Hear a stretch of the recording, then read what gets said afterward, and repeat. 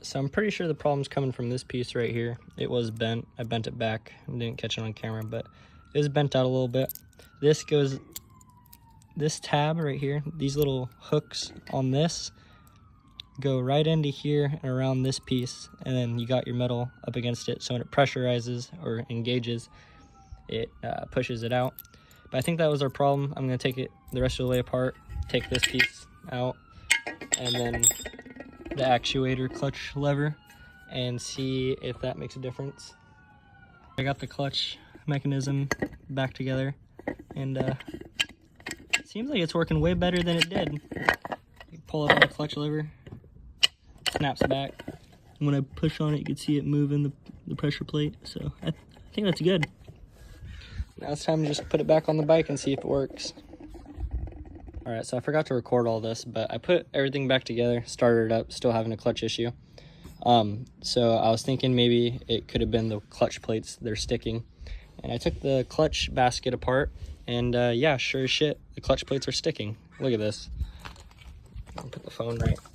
Come on. Yeah, so here's the outer disc, and the one on the bike still is the inner disc hub, whatever you want to call it. But usually these clutch plates will come right off of each other, like no problem. These are basically, they feel like they're welded on there almost, like just they're stuck. That's what I'm getting at, is they're stuck. So that explains why my clutch is not working. Gonna order a new clutch kit and basket, probably a used basket off eBay, save myself some money and get me through until I can get new clutch plates. But yeah, that's not good. Now I'm actually going to see if I could get these to unstick. Oh, they're rusted together. Yeah, I don't think there's any saving these friction plates / clutch plates. But yeah, they aren't supposed to stick like that at all. That would make total sense on why my clutch is not engaging and the bike jumps forward when I have the clutch in. So we're gonna hop on eBay and order a used clutch hub and basket and all that good stuff, and then throw it together when the parts get here. Get it ready for camping this weekend. But yeah, they should come off like that. There should be no resistance. I mean, look at that. That's like, yeah, like I said before, it's pretty stuck. So dirt bike parts showed up for the Crf80. We got a clutch pack, new clutch cable, air filter, Navy carb, front tube, and jets for the carburetor. And then for the SSR110, clutch cable, clutch lever, new carburetor. And then for the Crf70 with a 125 motor in it, front brake lever and clutch lever. Put all of them on and get ready for camping. Hopefully that the Crf80 carburetor works. We're working on the Crf80 first. We're going to install the new clutch plates and fiber disc. So when I took this off, it was clutch plate first, and then fiber disc, and then clutch plate and fiber disc. So we're just going to do that till we run out of plates, and then install the clutch back into the bike, put the cover on, put the gasket on, then put the cover on, stand it up, put the new carburetor on, and try to tune it in. So we're doing the inner hub of the clutch. So it's going to be clutch plate, and you got your friction plate, line the holes up, and then another clutch plate, and you keep doing that until you run out of plates. Sometimes they do come with an extra one, so it's probably good you count how many you have before you take them out. But there we go. And then grab that, line it up. Forgot to line those up before I put them in. Just wiggle them around, they'll go in. Almost there. All slid in besides two.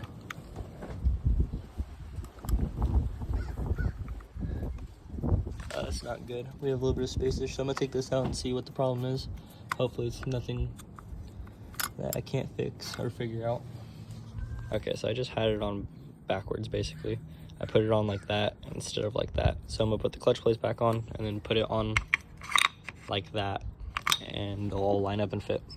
I used both hands, so I couldn't get on video, but I basically held these up and in line, and then slid it down in there, and then rotated this where the bolts go for the springs, and just like that, the clutch is in there.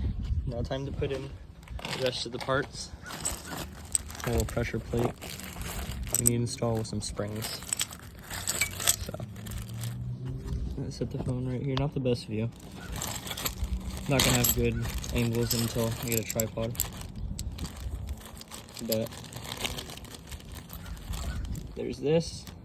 The bearing goes in right there. 4 bolts, and then clutch springs. It did come with new ones, but I'm gonna use the OEM ones because a lot of them say that it's a little bit longer and stiffer to pull, and these springs are still in good condition, so I'll keep these and put in the stock OEM ones.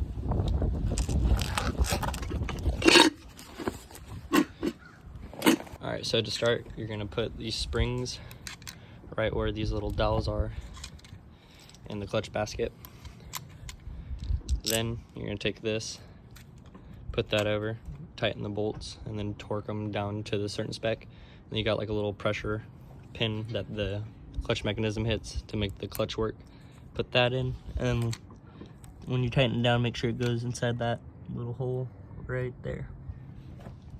But I'm gonna tighten these down and torque them, and we'll put the gasket on the clutch cover. When you're tightening these down, you do want to do a crisscross pattern to make sure they're even. So if you go start this bolt, you're gonna go to this bolt, and then it's either gonna be this bolt next or that bolt. So we'll do that bolt right here. It's a little on the loose side, so turn it a couple times. And then we're gonna jump back over to this bolt right here, and then from that bolt to that bolt, that bolt, that bolt, that bolt, that bolt. Right now we got our fresh gasket we're gonna put on. This big block right here goes right where the oil filter is. So we'll line that up around the dowels and the holes. There's a dowel right here, that goes over that. There's a dowel right there. That lines up with that. So far it looks good. Brand new gasket. Now all we gotta do is put our clutch cover back on. Try to line up the bolts best I can here with one hand. But yeah, after that you just put your clutch cover back on. Come on, get the bolts to line up. That one's in that one.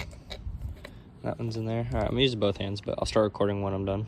All right, got the Kickstarter shaft through and all the bolts lined up. You're gonna give it a little tap with a hammer, tighten up the case bolts with an 8mm, put the kickstart on and foot brake. Lean the bike up, and while we're waiting for those clutch plates to soak with a little bit of oil, we'll do the carburetor. All right, got the back brake hooked up, cover installed with the gasket. Just gotta adjust the clutch adjustment now. Tilt the bike up and let the oil start to get to the clutch plates.